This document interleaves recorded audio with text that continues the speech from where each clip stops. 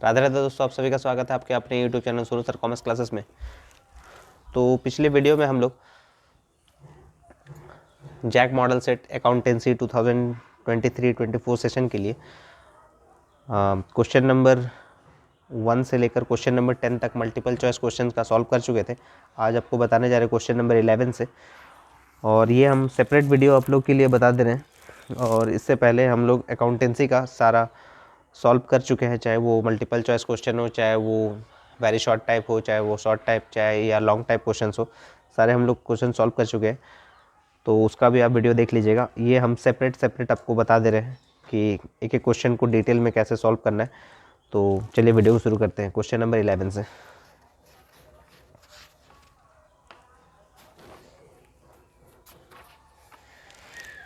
Question number 11 में लिखा गया है कि संपत्तियों और दायित्वों को उनके पुनर्मूल्यांकित मूल्य पर दिखाया जाता है। Assets and liabilities is shown eight their value in, यानी जो एसेट्स और लायबिलिटीज़ का जो रीवैल्यूड प्राइस है वो हम लोग कहाँ लिखते हैं, ठीक है ना। तो वो हम लोग लिखते हैं रीवैल्यूएशन अकाउंट में, क्योंकि एसेट्स का इंक्रीज़ या एसेट्स का डिक्रीज़ वो हम लोग रीवैल्यूएशन अकाउंट में शो करते हैं। और रीवैल्यूएशन अकाउंट जो होता है, ये क्वेश्चन इसमें से बन सकता है कि रीवैल्यूएशन अकाउंट कौन सा अकाउंट होता है। तो रीवैल्यूएशन अकाउंट जो है वो नॉमिनल अकाउंट होता है। और नॉमिनल अकाउंट का कॉन्सेप्ट क्या है? Debit all expenses and losses और credit all income and gains होता है, ठीक है ना। तो रीवैल्यूएशन अकाउंट में चाहे वो एसेट्स हो चाहे लायबिलिटीज़ हो, उसका रीवैल्यूड प्राइस को हम लोग लिखते हैं। और उसके बाद जो डिफरेंस आता है, चाहे वो डेबिट में या क्रेडिट में या प्रॉफिट या लॉस के हिसाब से हम लोग पार्टनर्स को ओल्ड प्रॉफिट शेयरिंग रेशियो में ओल्ड पार्टनर्स को बांट देते हैं, ठीक है ना। तो एसेट्स एंड लायबिलिटीज़ का रीवैल्यूड प्राइस को हम लोग कहाँ दिखाते हैं? रीवैल्यूएशन अकाउंट में दिखाते हैं, ठीक है ना। और जब न्यू बैलेंस शीट हम लोग बनाते हैं तब उसका जो एसेट्स बुक वैल्यू है और उसमें जो रीवैल्यूड प्राइस है, जो रीवैल्यूड प्राइस को हम लोग न्यू बैलेंस शीट में हम लोग दिखाते हैं। और यहाँ पर जो चेंजेस होता है एसेट्स और वैल्यूड एसेट्स और लायबिलिटीज़ के वैल्यू में, वो हम लोग कहाँ दिखाते हैं? रीवैल्यूएशन अकाउंट में दिखाते हैं। तो इसीलिए क्वेश्चन नंबर 11 का ऑप्शन नंबर बी सही हो जाएगा, ठीक है ना। Option number B question number 11 का। क्वेश्चन नंबर 12 में आपको दिया गया है कि एक्स, वाई और जेड 1/4, 2/5 एंड 7/20 के अनुपात में लाभ विभाजन करते हुए साझेदार है। जेड फर्म से अवकाश ग्रहण करता है। नया लाभ विभाजन अनुपात क्या होगा? X, Y, Z are partner sharing profit in the ratio of 1/4, 2/5 and 7/20। Z retires from the firm, new profit sharing ratio will be, यानी जो नया प्रॉफिट शेयरिंग रेशियो है वो क्या होगा, वो आपको कैलकुलेट करके बताते हैं। तो न्यू प्रॉफिट शेयरिंग रेशियो का जो फॉर्मूला होता है वो होता है यहाँ पर,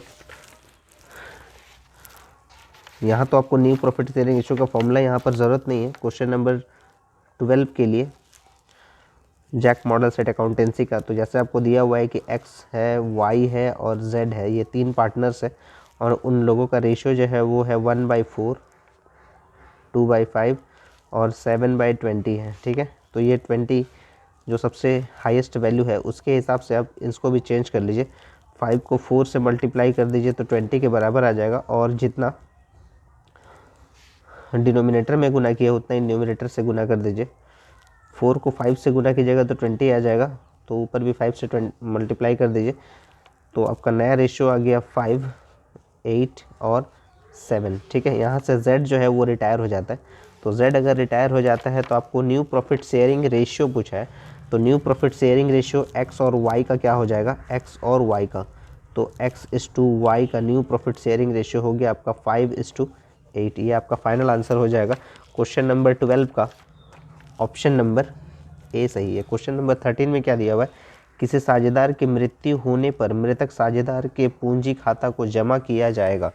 on death of a partner the disease partners capital account will be credited with, disease partner का जो पार्टनर्स कैपिटल अकाउंट है उसको क्रेडिट किया जाएगा और उसके या उसकी ख्याति के हिस्से से, ठीक है ना। On the date of partner decease partner's capital account will be credited with, क्या किया जाएगा? उसकी या उसके ख्याति के हिस्से से, हर और हिज शेयर ऑफ गुडविल से। तो ऑप्शन ए सही हो जाएगा क्वेश्चन नंबर 13 का। अब आगे देखते हैं हम लोग क्वेश्चन नंबर 14। क्वेश्चन नंबर 14 में आपको दिया गया है कि प्रीमियम पर निर्गमन से आशय है, यानी जब हम लोग शेयर इशू करते हैं तो प्रीमियम पे अगर शेयर को इशू करेंगे तो वो कौन सा कंडीशन अप्लाई होगा, the issue of share eight value less than the face value, यानी फेस वैल्यू जैसे फॉर एग्जांपल क्वेश्चन नंबर 14 का बात करते हैं हम लोग, जैसे ये एक फेस वैल्यू है, ठीक है ना, एक फेस वैल्यू है और एक इशू प्राइस है। तो फेस वैल्यू मान लीजिए कि जैसे 10 रुपया है और यहाँ पर बोला है less than the face value, face value से कम पे इशू किया गया, तो इसको हम लोग क्या बोलते हैं, डिस्काउंट बोलते हैं, कम पे इशू किया गया, ठीक है। एक आपको बोल रहा है कि the issue value is higher than the face value, face value अगर 10 रुपया है और इशू प्राइस अगर 12 रुपया है, तो इसको हम लोग क्या बोलते हैं, प्रीमियम, जो आपको यहाँ क्वेश्चन में दिया गया है, the value premium, the purpose of issue of premium is, premium पर निर्गमन से क्या मतलब है, तो प्रीमियम का मतलब होता है जितना फेस वैल्यू होता है उससे इशू प्राइस जो है वो ज़्यादा होगा, तभी उसको हम लोग क्या बोलते हैं, प्रीमियम बोलते हैं, ठीक है। तो क्वेश्चन नंबर 14 का ऑप्शन बी सही हो जाएगा, ठीक है, क्वेश्चन नंबर 14 के लिए। क्वेश्चन नंबर 15 में दिया गया है the amount of liabilities include, दायित्वों की कुल राशि में सम्मिलित की जाती है, तो दायित्व की कुल राशि में सम्मिलित की जाती है पेड अप कैपिटल को, ऑप्शन नंबर सी सही हो जाएगा क्वेश्चन नंबर 15 का। क्वेश्चन नंबर 16 में दिया गया है कि जब्त अंश का खाता का शेष उनके पुनः जारी होने के बाद हस्तांतरित कर दिए जाते हैं, यानी balance of forfeited share account री इशू इज ट्रांसफर टू, जैसे हम लोग कोई भी शेयर को फॉरफिटेड जब कर लेते हैं, जब्त करने के बाद जब री इशू होता है, री इशू के बाद जो फॉरफिटेड का अमाउंट है उसको हम लोग कहाँ ट्रांसफ़र करते हैं, उसको हम लोग ट्रांसफ़र करते हैं कैपिटल रिजर्व में ट्रांसफ़र करते हैं, ठीक है, ऑप्शन बी सही हो जाएगा। क्योंकि क्वेश्चन नंबर 16 में जो हम लोग लास्ट एंट्री करते हैं तो उसका हम लोग एंट्री करते हैं शेयर फॉरफीचर या share forfeited account debit, share forfeited account debit to capital reserve account, to capital reserve account, ठीक है। तो जो भी अमाउंट है उसको हम लोग कैपिटल रिजर्व में ट्रांसफ़र कर दिया जाता है। जो भी एबनॉर्मल प्रॉफिट जितने भी होते हैं, शेयर का जो डिफ़ॉल्टर किया था उन लोगों का शेयर का पैसा जो भी आया है उसको हम लोग कहाँ ट्रांसफ़र कर देते हैं, कैपिटल रिजर्व में ट्रांसफ़र कर देते हैं, तो ऑप्शन बी सही हो जाएगा। क्वेश्चन नंबर 17 में अंश जब्ती खाता के शेष को आर्थिक चिट्ठा के मद के अंतर्गत दिखाया जाता है, यानी balance of share forfeiture account is shown in the balance sheet under the item, किस आइटम के अंडर दिखाते हैं आप, शेयर कैपिटल अकाउंट के अंडर में दिखाते हैं, यानी क्वेश्चन नंबर 17 का ऑप्शन सी सही हो जाएगा। क्वेश्चन नंबर 18 कंपनी के लिए अधिमूल्य पर ऋण पत्र का निर्गमन, for the company premium on issue of debenture, यानी जो डिवेंचर का इशू है अगर प्रीमियम में होता है तो उसको हम लोग बोलते हैं कैपिटल गेन, यानी पूंजीगत लाभ या पूंजीगत प्राप्ति बोलते हैं, ठीक है, कैपिटल गेन। जितने भी एबनॉर्मल प्रॉफिट होते हैं उसको हम लोग दिखाते हैं कैपिटल गेन, या फिर उसको हम लोग कैपिटल जो एबनॉर्मल प्रॉफिट नहीं,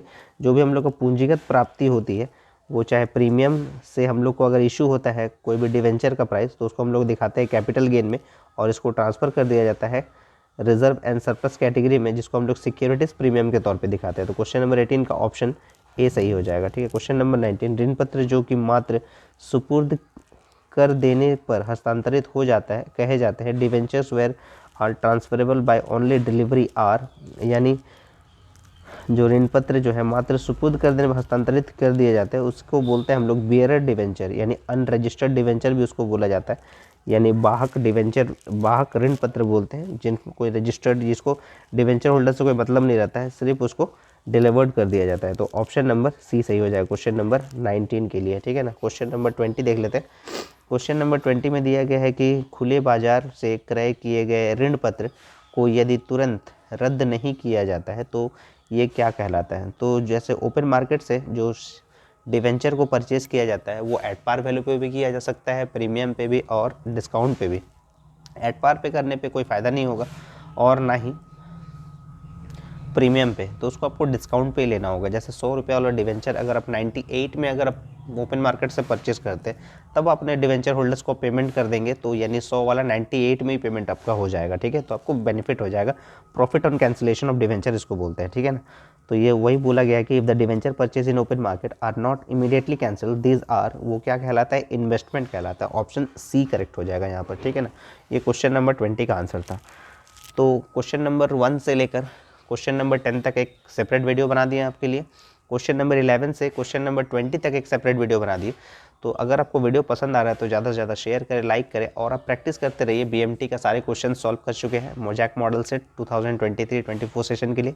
अकाउंटेंसी का आप पूरा वीडियो देखिएगा, चाहे वो मल्टीपल चॉइस क्वेश्चन हो, चाहे वो वेरी शॉर्ट टाइप हो, चाहे शॉर्ट टाइप या लॉन्ग टाइप क्वेश्चन। और जुड़े रहिए सोनू सर कॉमर्स क्लासेस के साथ। तब तक क्लियर आते रहते दोस्तों।